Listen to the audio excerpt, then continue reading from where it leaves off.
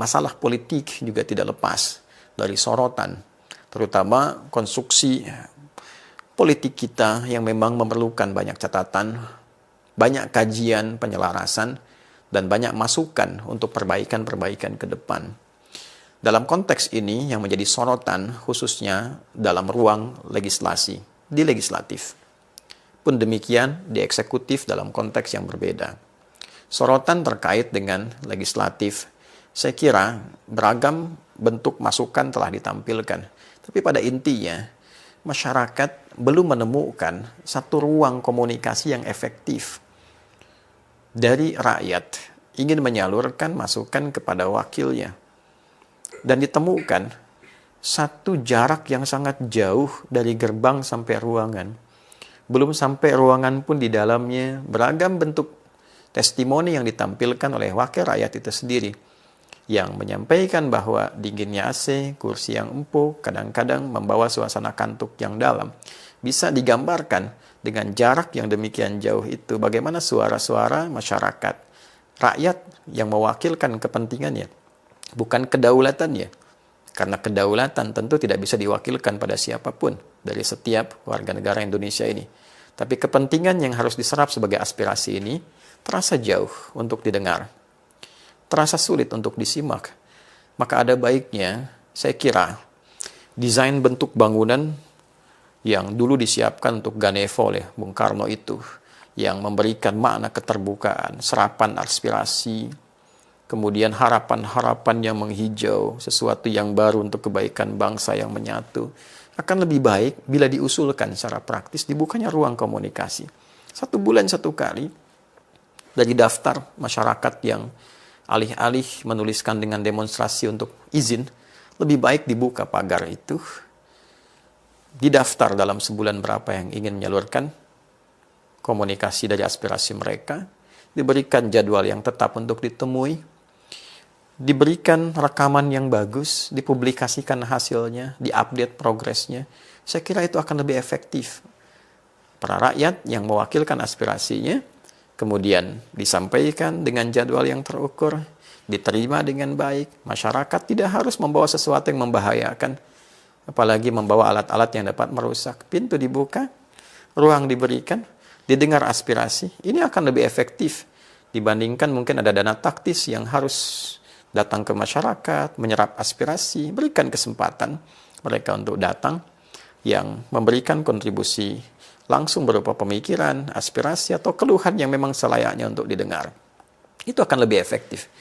Yang kedua, tentu terkait dengan pola komunikasi, dan ini telah banyak disoroti. Bukan hanya kemampuan untuk menyampaikan satu statement, bukan perkara public speaking. Saya kira penting juga para anggota dewan ini belajar tentang sosiolinguistik, melihat variabel-variabel di masyarakat, bisa memetakan dengan bijak sehingga bisa memberikan statement yang arif, yang tidak beresiko menurunkan bahkan menjatuhkan kehormatan para anggota dewan yang melekat sifat terhormat di dalamnya.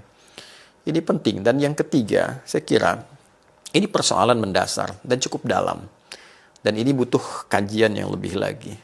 Konstruksi di legislasi kita itu didasarkan kepada satu penyatuan aspek politis. Di dalamnya ada ruang-ruang kepartaian, membentuk fraksi. Sementara dalam konteks kepartaian sendiri terlihat dari sudut pandang saat kita melakukan pemilihan umum, baik itu untuk legislatif, pun demikian pemilu untuk kepemimpinan dari level daerah sampai dengan pusat. Agak berat untuk tidak mengatakan bahwa sistem kepartaian saat ini yang ada lebih dekat kepada pola-pola industri, lebih dekat kepada pola-pola industri. Kalimat ini kiranya penting untuk dikaji, untuk dicatat. Sehingga resiko yang muncul, proses transaksional itu, mau tidak mau potensinya, mau tidak mau, sekali lagi, potensinya akan terlahir. Baik diharapkan atau tidak diharapkan. Kos yang demikian besar untuk masuk. Biaya yang timbul dari situ. Yang kemudian harus dikembalikan entah dengan cara dan formulasi seperti apa. Sehingga pola ini membawa dampak pada kebijakan-kebijakan yang seringkali tidak mudah ya untuk dilakukan yang seringkali membutuhkan satu bentuk kegiatan-kegiatan untuk sekedar melegitimasi hal-hal yang tadi ingin didapatkan sehingga setidaknya bisa mengembalikan modal-modal yang telah dikeluarkan di awal. Ini menjadi perbincangan rahasia umum yang tersebar di masyarakat. Mungkin ke depan usulannya bagaimana konkretnya? Boleh jadi ke depan itu catatan kami, usulan kami, mungkin unsur DPR ini bisa dibagi dua. Dewan Perwakilan Rakyat bisa dibagi dua unsur. Satu, ada yang mewakili khusus dari aspirasi masyarakat dari daerah-daerah. Itu yang disebut dengan DPD, Dewan Perwakilan Daerah, yang mewakili menyerap aspirasi langsung dari masyarakat, senator-senator itu. Mungkin akan baik bila 580 itu komposisinya bisa dibagi dua. Sehingga bila kita bagi dua, 580 dengan 290. Sekarang formulasi setiap provinsi diambil 4. Dan kadang tidak proporsional. Semua provinsi dengan populasi banyak atau sedikit, semuanya mewakili 4. Mungkin ke depan bisa difikirkan.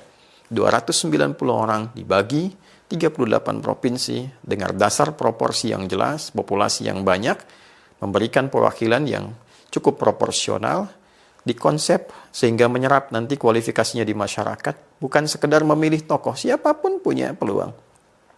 Entah itu intelektual, artis, komedian, pelawak, tapi membuat kualifikasi yang jelas. Anda bisa bayangkan menjadi dosen di kampus itu ada 24 syarat. Di antara syaratnya ada kesehatan rohani, kesehatan jasmani, bebas narkoba, ada uji A, uji B, uji C. Dan ini ingin menyerap aspirasi rakyat Indonesia. Kualifikasinya mesti jelas, tingkat pendidikannya seperti apa, pengenalan terhadap daerahnya bagaimana, penguasaan terhadap masalah-masalah tertentu seperti apa. Jika ini bisa dilakukan, ini akan fokus menyerap kepentingan masyarakat sehingga dalam konteks kehidupan berlegislasi, kepentingan masyarakat akan lebih terwakili.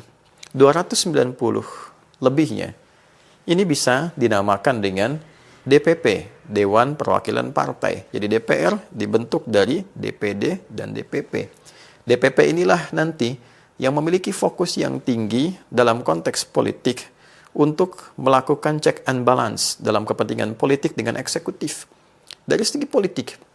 Sehingga dengan itu, saya kira fokusnya akan sama-sama saling berimbangi. Yang satu mengawal jalannya pemerintahan, kebijakan-kebijakan politiknya. Yang satu menyerap aspirasi masyarakat untuk didialogkan, mencari chemistry dengan kepentingan politik yang baik, melahirkan kemaslahatan yang komprehensif. Mungkin boleh jadi bisa diterima, ataupun boleh jadi bisa dikaji kembali usulan ini.